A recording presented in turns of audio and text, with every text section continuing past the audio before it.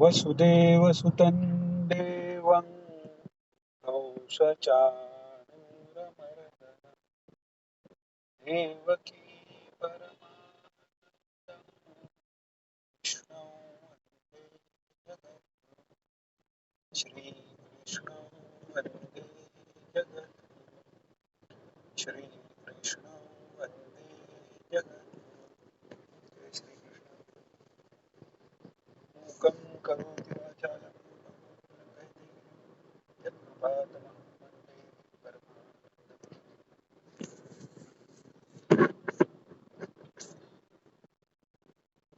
काल आपला 5वा अध्याय पूर्ण झाला होता आणि 6व्या अध्यायाला आपण सुरुवात करणार होतो. तर 6व्या अध्यायापासून आपण सुरू करू. 6व्या अध्यायातही थोडासा सुरुवातीला 5व्या अध्यायाचंच कंटिन्युएशन थोडंसं आलेलं आहे. म्हणजे निष्काम कर्मयोग आणि सांख्ययोग हा वेगळा कसा नाही हे थोडंसं भगवान अजून सांगतायत आणि साधारण 11व्या श्लोकापासून ध्यान योगाबद्दल भगवान सांगतायत. काल जयश्रीताईंनी विनंती केली होती की 11 ते 32 जिथे ध्यान योगाचं वर्णन आलेलं आहे तर तिथे ते थोडक्यात आहे आणि ज्ञानेश्वर माऊलींनी त्याचा विस्तार केलाय. तर त्यातल्या काही बेसिक गोष्टी त्यांनी विचारल्या होत्या तर त्या आपण 11व्याला पोहोचू तेव्हा त्या गोष्टी आपण थोड्या जास्त डिटेलमध्ये घेता येतील. आता आपण पहिल्या श्लोकापासून सुरुवात करू. ताई घेताय तुम्ही श्लोक?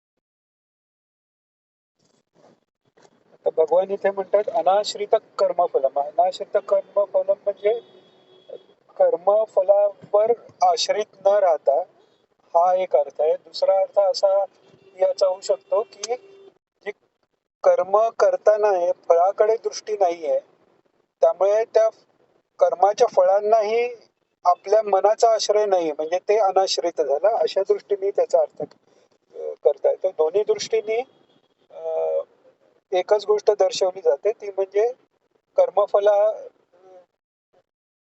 आसक्ती सोडून जेव्हा कर्म होतं कार्यम कर्म करोती या म्हणजे ते कर्तव्य कर्म जे आहे कार्य म्हणजे आपल्याला करण्यायोगीची गोष्ट तर ते जो करतो ससन्यासी च योगी च न निरग्निर न चाक्रिया म्हणजे असा जो वेदांनी शास्त्रांनी जी कर्तव्य कर्म नेमून दिलेली आहेत आणि त्याशिवाय जी जिथे आपण जन्माला येतो तिथल्या आपल्या नातेसंबंधांनी जी कर्म आपल्याला करणं आवश्यक आहे असं सांगितलेलं आहे ती सगळी करताना त्याच्या कर्मफलाची इच्छा न ठेवता जो करतो तोच खरा संन्यासी आणि तोच खरा योगी आहे. नुसतं निरग्निर न चाक्रिया म्हणजे जेव्हा संन्यास घेतात पूर्वी गृहस्थाश्रमी पुरुषाला अग्निपूजा सांगितलेली आहे. म्हणजे प्रत्येकाचा अग्निहोत्र असायचं.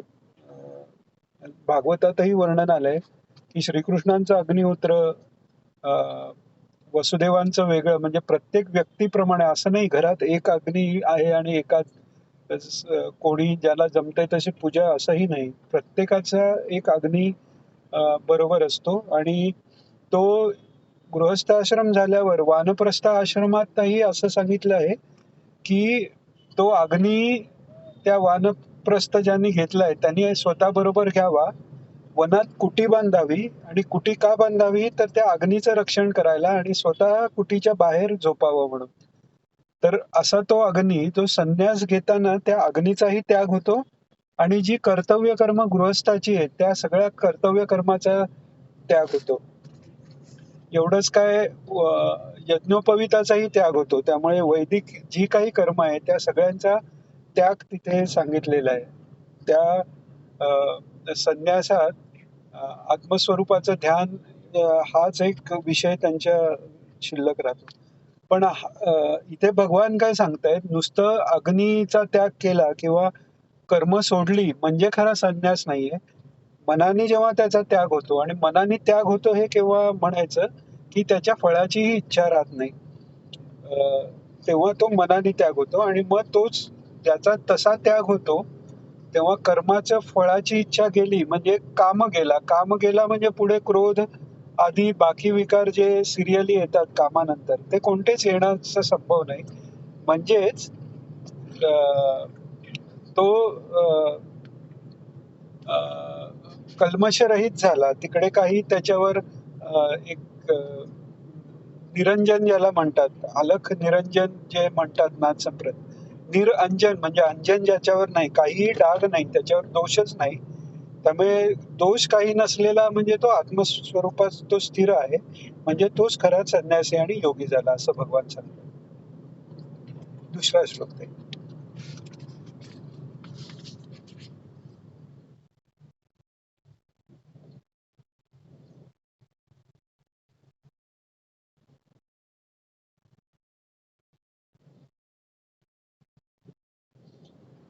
आता इथे पुन्हा एकदा भगवान अर्जुनाला सांगतात की पुन्हा पुन्हा तू हे लक्षात घे की यम संन्यासम मिती प्राहुर योगंतम विद्धी पांडव. म्हणजे हा जो संन्यास आहे तोच योग आहे हे तू नक्की जाण.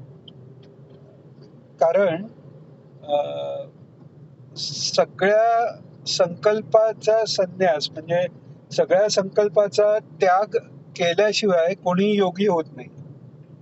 आणि सगळ्या संकल्पाचा त्याग यालाच संन्यास म्हणतात. त्यामुळे संन्यास आणि योग हे वेगळे नाहीच आहेत हे तू नक्की जाणून घे. आणि हेच महत्वाचं आहे. आपण अं, काय म्हणताना व्यवहाराकरता आपण म्हणतो की गीतेत ज्ञानयोग आहे, कर्मयोग आहे, भक्तियोग आहे. तर वास्तविक असे वेगवेगळे भाग नाहीतच आहेत. या सगळ्या गोष्टी एकच आहेत. कारण त्या सगळ्या गोष्टींचा परिपाक किंवा ते साधन करायचा जो उद्देश आहे तो उद्देश म्हणजे आत्मस्वरूपात ते सगुण असो निर्गुण असो परमात्म स्वरूप आहे. त्याच ठिकाणी अंतःकरण तत्व स्थिर होणं. म्हणजे थोडक्यात जे काही मायेच्या प्रभावाने आपल्याला इंद्रिय मन किंवा अंतःकरणाचे मन चित्त बुद्धी अहंकार अशी जी वेगवेगळी स्वरूप आहेत तर त्याच्या बाह्य इंद्रियाचा अंतर इंद्रियाचा मनात मनाचा बुद्धीत आणि बुद्धीचा परमात्म्याच्या ठिकाणी लय करणं हाच सगळ्या प्रकारचा योगांचा परिपाक आहे किंवा तोच अभ्यास आहे. आपण म्हणतो काया वाचा मने ईश्वराचं स्मरण. तर कायेनी कायेनी जे करतात ते आसन प्राणायाम करून आपण मन स्थिर झालं, शरीर ताब्यात आलं की इंद्रिय ताब्यात आली, इंद्रिय ताब्यात आली प्राणायामाने, प्राण ताब्यात आले त्यांनी मन ताब्यात आलं आणि मग जे अंतःकरण तत्व आहे ते परमेश्वराच्या आत्मस्वरूपाच्या ठिकाणी लागलं. हा हठयोग झाला. भक्तियोग म्हणजे त्याच्या नामस्मरणात गुणस्मरणात स्वरूप चिंतनात मनाचा लय होतो आणि लय झाला की तो योग झाला. ज्ञानात तो ज्ञानविचार आहे. त्या ज्ञानविचारात जे काही तो नाही, जसं वेद विचार करतात नेती नेती म्हणजे अमुक ईश्वर नाही तमुक ईश्वर नाही, म्हणजे हे सोडून सगळं जे जे आपल्याला व्याख्येत बांधता येतं अशा सगळ्या गोष्टी सोडल्या तर जे उरतं ते सच्चिदानंद स्वरूप म्हणजे ईश्वर आहे. या विचारांनीही मन त्या तद्रूपाला तादात्म्य पाहिलं आणि तो योग झाला. त्यामुळे वरकरणी जरी वेगळे दिसले तरी म्हणूनच या तिघांना नुसतं ज्ञान भक्ती कर्म असं म्हणत नाही किंवा अष्टांग असं म्हणत नाही. त्या सगळ्या पुढे जो योग शब्द लागतो तो योग शब्द याचा अर्थ ईश्वराशी आपल्याला जोडणारा तो योग. अं, तर त्यामुळे हाच योग सगळा गीतेत सांगितलेला आहे. आता ह्या वेगवेगळ्या प्रकाराने तो जो करता येतो त्याचं परिमाण प्रत्येकाने किती करावं हे ज्याच्या ज्याच्या प्रकृतीवर ज्याच्या त्याच्या गुरूंच्या मार्गदर्शनाप्रमाणे ठरत असतं. आणि अर्थात कलियुगात या सगळ्या योगांबरोबर एक कलियुगाचा परिणाम म्हणून आपली मती अल्प झालेली आहे, आयुष्य अल्प झालेलं आहे. पूर्ण वेदाभ्यास करणंही आपल्याला शक्य नाही किंवा शास्त्राप्रमाणे सगळं वागणं शक्य जेव्हा होत नाही, तेव्हा खास कलियुगाकरता नामस्मरण हा अ, अ, मार्ग सांगितलाय. जो नामस्मरण करत करत त्याचा ही जपयज्ञ जपात जेव्हा रूपांतर होतं नापाचं, जपाचा अर्थ की श्वासाबरोबर तो नामजप आपोआप होऊ लागतो, तो आपल्याला करावा लागत नाही. तर तो म्हणून तर ते ते जे यज्ञ किंवा ते तप आहे ते सर्वात मोठं तप आहे. कारण अ, जेव्हा नामस्मरण त्या नामस्मरणात तितकं जेव्हा तल्लीन होतं, तेव्हा साहजिकच इंद्रिय चा निग्रह होतं. नामात आपण स्मरण ईश्वराचंच करतोय. त्यामुळे योग त्या ईश्वराशी आपला घडून येतो. तर भगवान तेच सांगतात की अ, जे काही ईश्वर प्राप्तीचे किंवा आत्मस्वरूपाच्या प्राप्तीचे किंवा श्रीकृष्णांपर्यंत पोहोचण्याचे म्हणजे भगवान सांगतात माझ्यापर्यंत पोहोचण्याचे जे काही साधन आहे ते सगळ्या साधनाचा मूळ जे आहे तो मनाने त्यागात आहे. तर त्यामुळे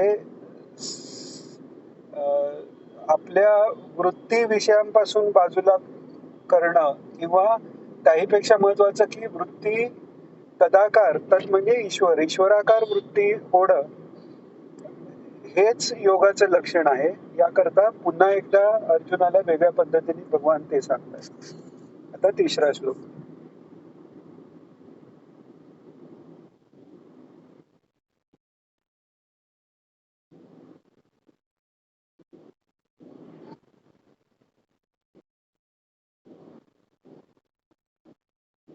वा वा. आता आरुरुक्षोर मुनीर योगम. आरुरुक्षो म्हणजे आरूढ म्हणजे त्याच्यावर चढलेला, म्हणजे त्याच्यावर बसलेला, म्हणजे ते प्राप्त झालेलं, त्याच्यावर कमांड मिळवलेला किंवा ते ते ताब्यात असलेला. आरुरुक्ष म्हणजे ते मिळवण्याची इच्छा असलेला, मुमुक्षु म्हणतो ना आपण तसं. आरुरुक्षु म्हणजे ती अं, अं,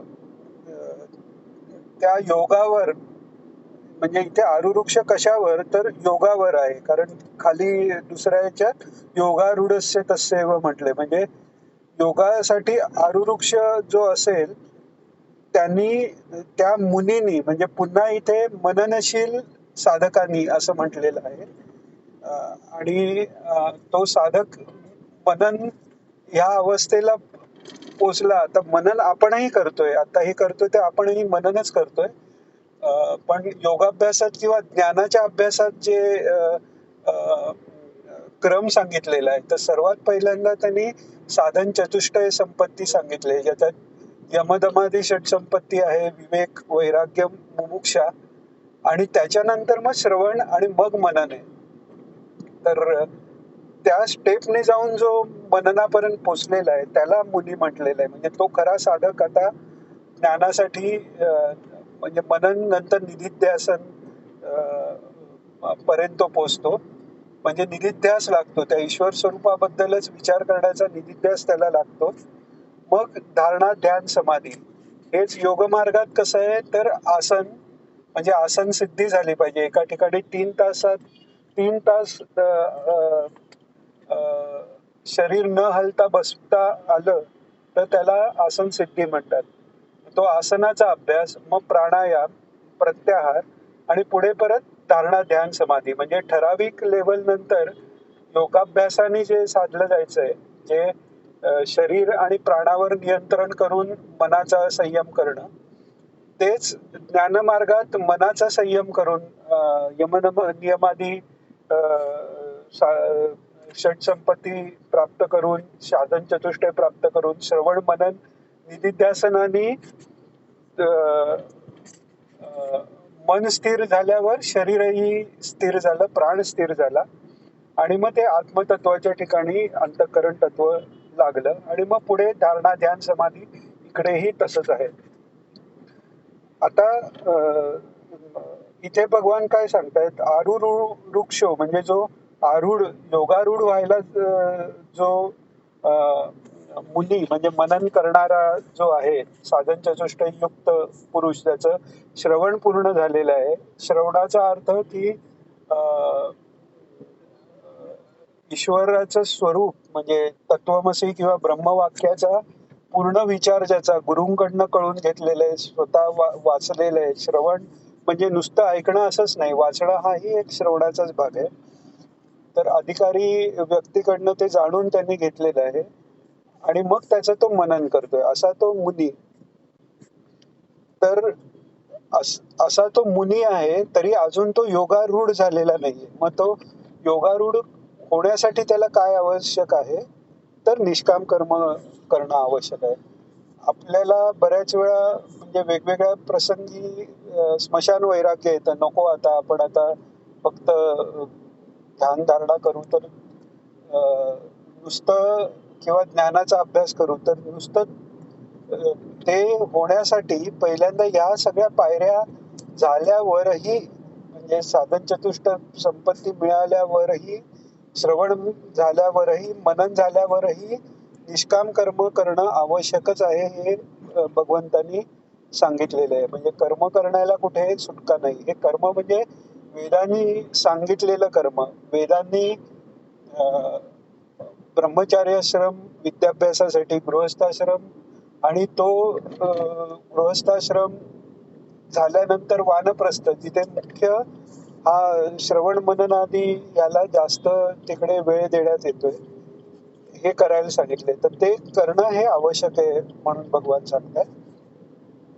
आणि तसं जर केलं तर तो योगारूढ झाल्यावर त्याच्या म्हणजे योगात आता तो स्थिर झाला आणि मग त्याचा मनात कोणते संकल्प येत नाही. कारण निष्काम कर्म करणं हाच खरा अभ्यास आहे. म्हणजे कर्म काही न करता बसलो तर ते निष्काम करणं हा अभ्यास नाही. चॅलेंजिंग गोष्ट कशी आहे की एखाद्या गोष्ट पूर्ण होण्यासाठी आपण करतोय, पण ती पूर्ण व्हावी किंवा आपल्याला त्याचं फळ मिळावं ही इच्छा न ठेवणं, हेच मनाला त्या विषयांपासून बाजूला करणं आहे आणि तोच अभ्यास आहे.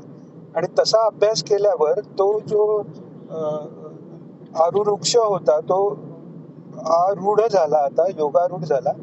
आणि मग त्याच्या मनात सगळं म्हणजे संकल्पाचा अभाव असल्यामुळे जिथे संकल्प नाही तिकडे विकल्प नाही, आणि संकल्प विकल्प रहित स्थिती म्हणजे समस्थिती आहे. तिथे त्रिगुणांचा अभाव झाला, त्रिगुणांची साम्यावस्था आली, म्हणजेच ती समाधी स्थिती आहे.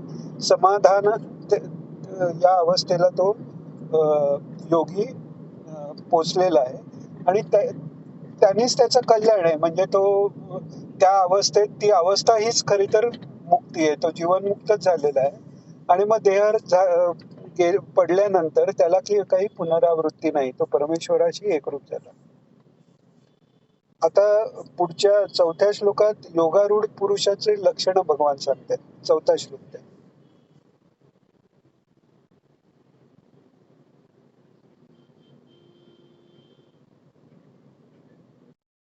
हो, 4था घे.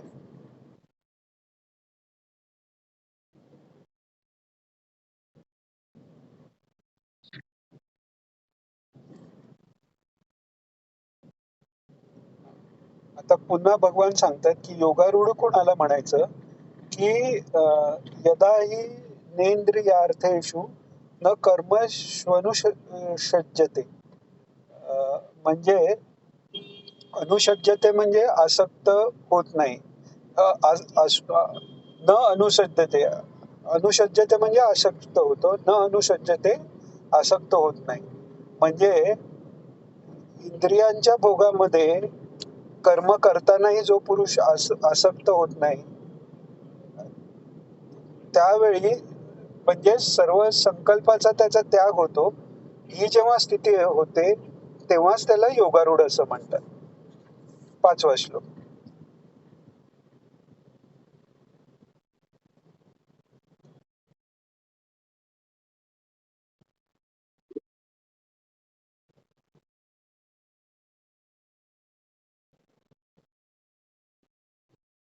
वा. ही एक खूप फेमस श्लोक, प्रचलित श्लोक आहे.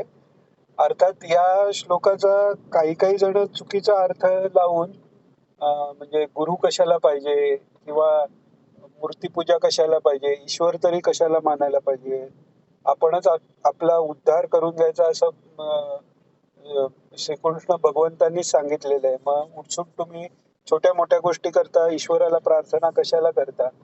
तर हे सगळे विचार आहेत, हे नास्तिक विचारापेक्षाही डेंजर असे विचार आहेत. म्हणजे त्यापेक्षा नास्तिक परवडला असं म्हणण्यासारखं आहे.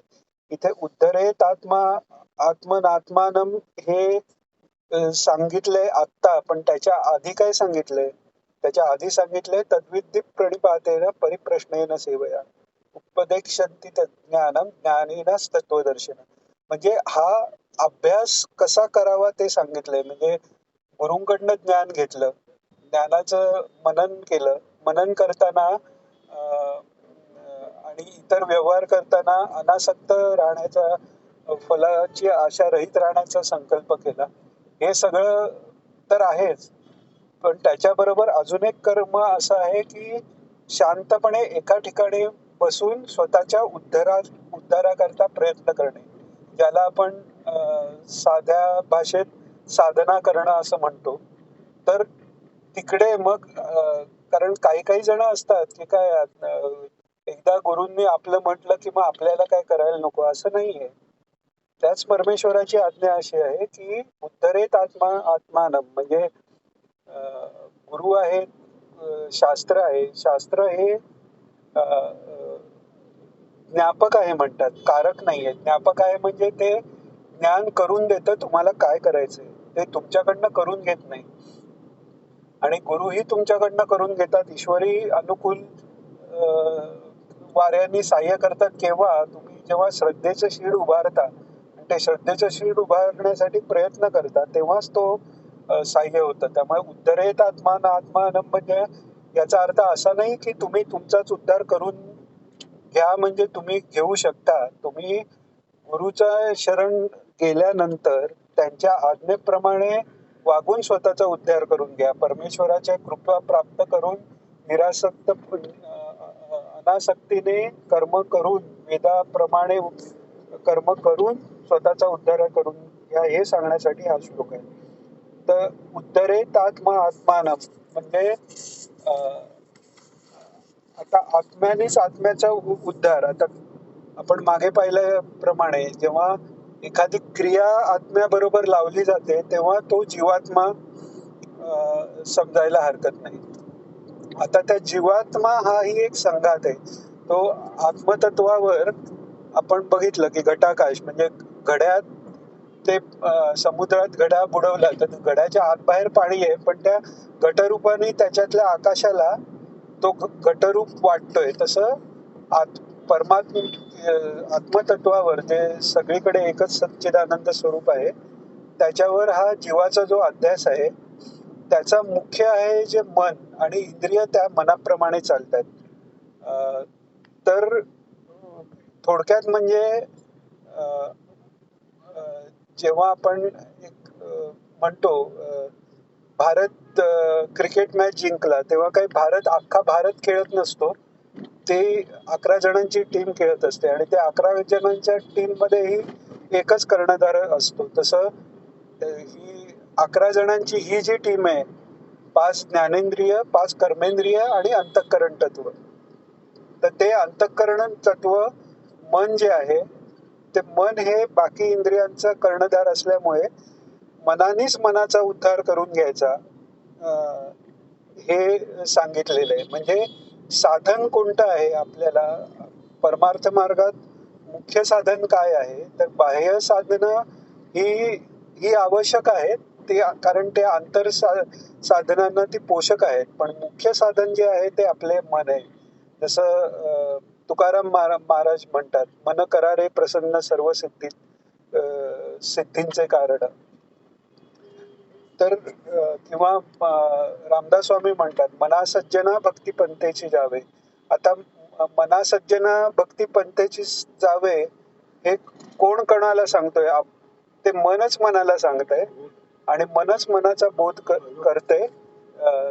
त्यामुळे मनानेच मनाचा उद्धार करायचा हे त्यांना सांगितलंय. गुरूंनी जो उपदेश केला त्या उपदेशाप्रमाणे वागायचा संकल्प कोण करणार आहे? तर ते मनच करणार आहे. आणि आपणच आपल्याला त्याप्रमाणे वागायला आपणच आपल्याला प्रेरित करायचं, म्हणजेच आपलंच मन आपल्याच मनाला ते सांगणार आहे. या दृष्टीने अशा प्रकारे या श्लोकाचा अर्थ घ्यायचा आहे. तर म्हणूनच मनानेच मनाचा स्वतःचा उद्धार करून घ्यायचा आणि या संसार रूपी सागरातून स्वतःला बाहेर काढायचं. उद्धरेत आत्मा आत्मानं, म्हणजे स्वतःने मनाने उद्धार करायचा. नात्मानमव साधयेत, अव म्हणजे खाली, म्हणजे अवसाधयेत म्हणजे त्याची अधोगती होऊ नाही द्यायची. कारण का तर आत्मैव यात्मनो बंधुर आत्मैव रिपुरात्मना. आत्मा म्हणजेच मन हेच मनाचा शत्रू आहे, किंवा जीवात्माच हा जीवात्माचा शत्रू आहे. म्हणजे कारण त्या मनाप्रमाणेच. आता येतोय? आता येतोय का ताई? हॅलो, आता येतोय?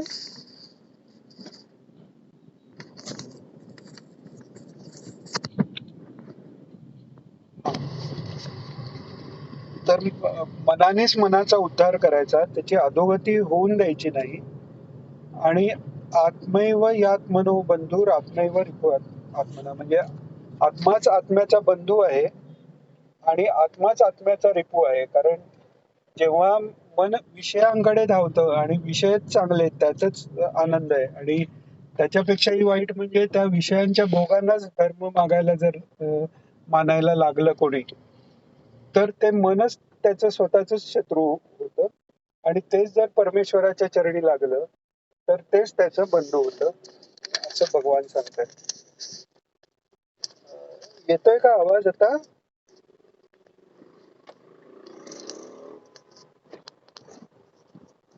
ओके, ऍटलिस्ट रेकॉर्डिंग मध्ये येईल. आपण वाटलं तर हे पुन्हा घेऊ नंतर.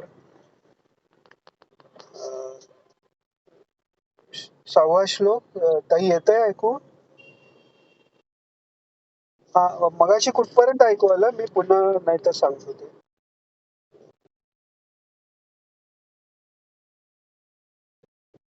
हा, मग पुन्हा मी सांगतो.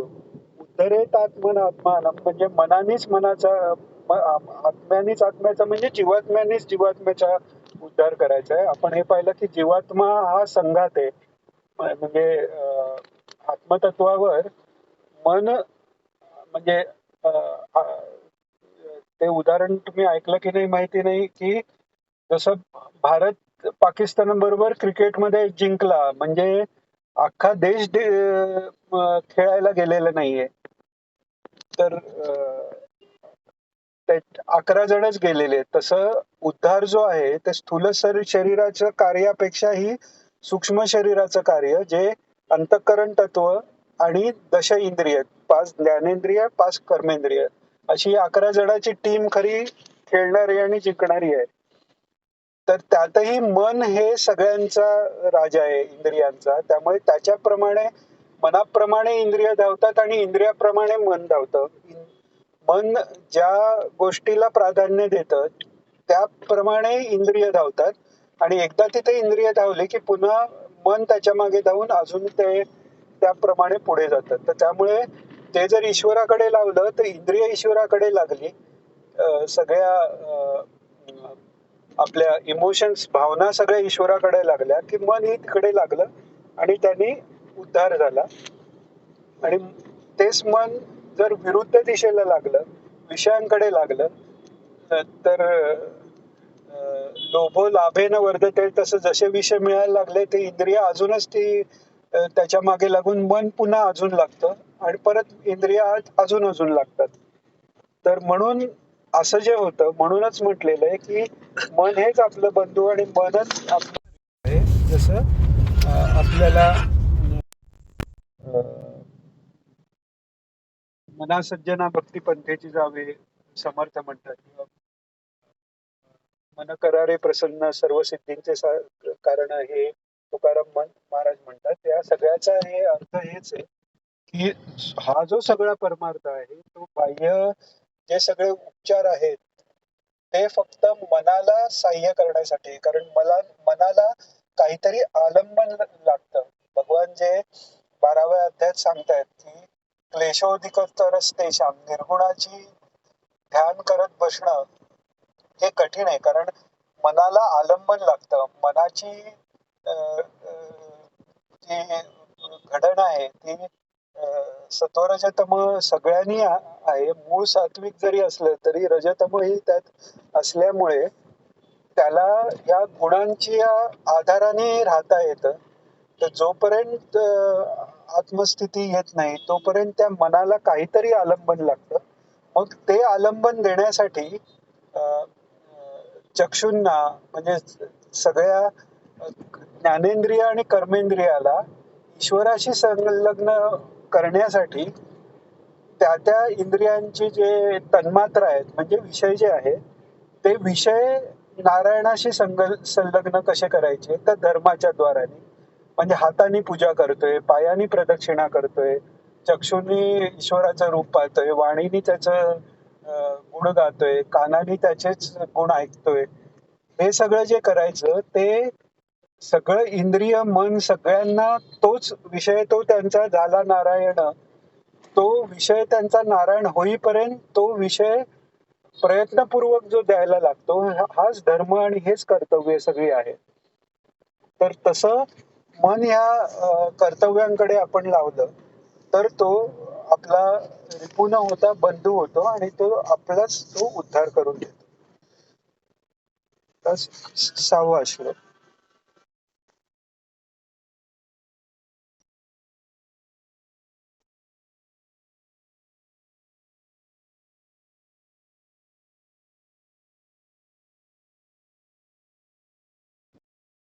आता तेच भगवान आता समजावून सांगतायत की मन हा शत्रू आहे आणि मित्रही आहे. हे कसं काय? तर ज्यांनी मन आणि इंद्रिय म्हणजे यांच्यावर ताबा मिळवलेला आहे त्याच्यासाठी ते मन हे मित्र आहे आणि ज्याचा त्याच्यावर ताबा नाही तो त्याचं ते शत्रू आहे. म्हणजे अं, आपल्याला अं, समजा आपण असं म्हटलं की रथ आहे. रथाची बऱ्याच वेळा उपमा घेतात आपल्या शरीर रूपी याची. तर अं, त्या मन आणि इंद्रियांना जर आपण वाटेल तसं उधळून दिलं तर अपघात होईल. पण ते ताब्यात ठेवलं तर ते आपल्याला आपल्या गंतव्यस्थानापर्यंत म्हणजे तद्धामम परमम मम तिथपर्यंत आपल्याला ते पोचवेल. म्हणून अशा प्रकारे संयत इंद्रिय असलेल्याला मन हे मित्र आहे आणि असंयत आहे त्याच्यासाठी ते शत्रू आहे असं भगवान सांगतात. 7वा श्लोक घेऊन मग आपण थांबूया.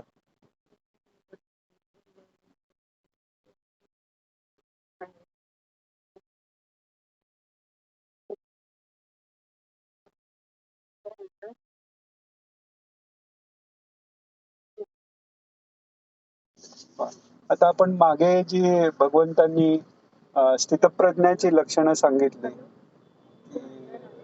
सुखदुःख समेत कृत्वा लाभालाभ जय जय, किंवा शीत उष्ण याच्यात जो समर राहतो अशी स्थितप्रज्ञाची लक्षणं सांगितली. तीच ती ही लक्षणं आहेत. तो स्थितप्रज्ञ म्हणजे त्याची प्रज्ञा परमेश्वरावर स्थित झाली आहे. तेच आता योगाच्या मार्गाने भगवान सांगतायत. जितात्मना प्रशांतस्य. जित आत्मना म्हणजे ज्यांनी आत्म्याला जिंकलं. तर आता पुढे पुन्हा इथे जीवात्मा म्हणजे मन आणि दशेंद्रिय यांना ज्यांनी जिंकलं. अ, अध्यात्म रामायणात रावणालाही रावण हा दशेंद्रियाचं प्रतीक मानलेला आहे. तर ते दशेंद्रियाचं प्रतीक त्याला जिंकणारा तो आत्माराम आहे असं म्हटलेलं आहे तिथे. तर जो जितात्मना आहे, जितेंद्र मन जिंकलं म्हणजे अ, शम झाला. दम हा इंद्रिय निग्रह झाला आणि शम हा मनोनिग्रह झाला. तर शमानी दम होतो किंवा दमानी शम होतो. दोन्ही पद्धतीने जेव्हा पूर्ण जितात्मना म्हटलं तेव्हा मन आणि इंद्रिय यांचा संयम झाल्यावर अ, त्या अ, अर्थातच त्याची चलबिचल संपली. कारण मन आणि इंद्रियांचा संयम झाल्यावर विषयांचा संबंध सुटला आणि विषयांचा संबंध सुटला तर त्यामुळे वृत्तीचे उत्पन्न होणंच थांबलं. कारण अ, त्रिगुणांच्या विषम अवस्था ही सृष्टी आहे. आणि स्वतःची विषम अवस्था ही जीवभाव आहे. ते जेव्हा मन जिंकलं गेलं ते ईश्वराच्या ठिकाणी परमात्मा समाहितः तर असं ते राहिलं. म्हणजे परमात्म्यात समाहित सम म्हणजे त्रिगुणांची साम्यावस्था, तिथे काही वृत्ती नाही असं ते परमात्म्याच्या ठिकाणी राहिलं किंवा राहतं. केव्हा की जो म्हणजे ज्याचा आत्मा स्वाधीन आहे, जितात्मना मन ताब्यात आहे. आणि असं झाल्यावर अजून काय होतं तर त्याची शीत उष्ण किंवा सुख-दुःख किंवा मान-अपमान ह्याच्यापासनं ह्याच्यानी त्याची वृत्ती काही उत्पन्नच होत नाही. म्हणजे याची त्याला जाणीवच नाहीये. म्हणजे शीतोष्ण तो सहन करतोय असं नाही. जे आपण मागच्या अध्यायात पाहिलं की कामक्रोध भव वेगम, जो वेग कामक्रोधाचा आवरतो तो योगी आहे. पण आता इथे जे वर्णन आहे ते योगारूढाचं वर्णन आहे. तर तो या सगळ्या द्वंद्वापासून वेगळा राहून परमात्म्यात समाहित राहतो.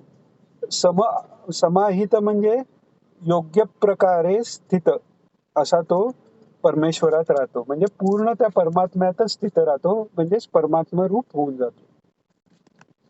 प्रार्थना घेऊया आपण. योगेशं सच्चिदानन्दं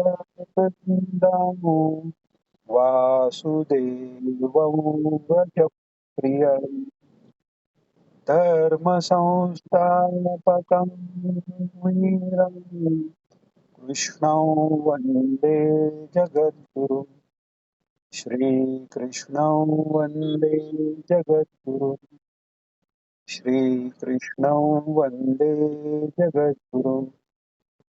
जय श्रीकृष्ण सर्वांना.